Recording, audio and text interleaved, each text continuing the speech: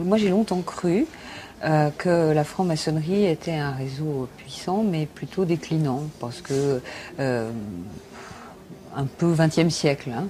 Or, il se trouve qu'il y a de plus en plus de francs-maçons, il y a de plus en plus de candidats pour rentrer en franc-maçonnerie, d'une part. Et deuxièmement, le poids du secret d'appartenance fait que ce réseau ne ressemble à aucun autre. Un certain nombre d'acteurs sont dans une logique d'entraide ou d'exclusion des non-maçons qui est quand même pas tout à fait conforme, je dirais, aux règles de déontologie actuelles. Où sont-ils le plus influents au sein de l'appareil d'État ? Au sein de l'appareil d'État, c'est clairement dans le secteur de la justice et de la police que les francs-maçons sont très implantés depuis très longtemps.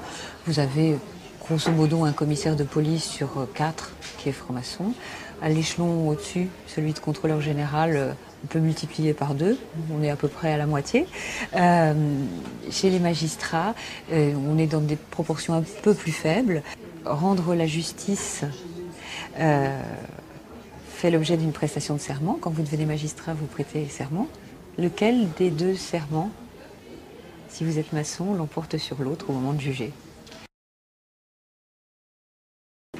Le débat sur la laïcité, à la suite des déclarations de Nicolas Sarkozy il y a un peu plus d'1 an, a beaucoup rebondi du fait des francs-maçons qui ont en quelque sorte recadré les choses, et qui l'ont fait à la fois de manière publique et de manière un peu plus, je dirais, souterraine pour la bonne cause, puisque les francs-maçons, au nom de la libre pensée, un certain nombre d'entre eux, au moins, sont très attachés à la laïcité.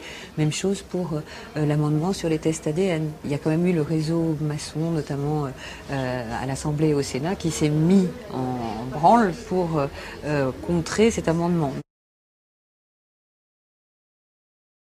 Il y a tout ce qui concerne d'abord les nominations, les préservations des fiefs. Par exemple, EDF, qui est un grand fief maçon, a fait l'objet d'une bataille maçonnique énorme au moment du renouvellement de son président. On peut essayer effectivement de pousser quelqu'un, par exemple à la présidence d'EDF, pour essayer ensuite de bâtir une stratégie industrielle avec d'autres groupes où les francs-maçons sont bien implantés.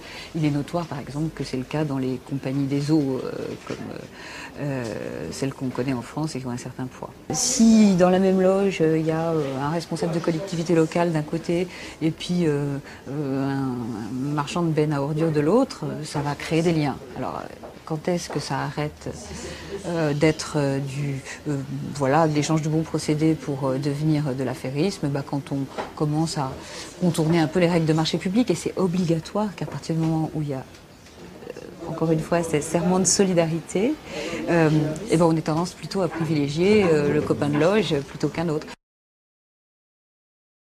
Il a grandi politiquement dans les Hauts-de-Seine, qui sont une sorte de vivier maçonnique considérable. Et donc, il a, pendant toutes les étapes de sa carrière, en commençant par le début avec Achille Peretti, qui était franc-maçon et qui était donc le précédent maire de Neuilly, qui l'a vraiment mis en piste, il a toujours été entouré de francs-maçons. Je ne crois pas qu'il soit manipulé par les francs-maçons, mais par contre, effectivement, qu'il s'en serve, comme, à mon avis, tous les responsables politiques l'ont fait avant lui, bien évidemment.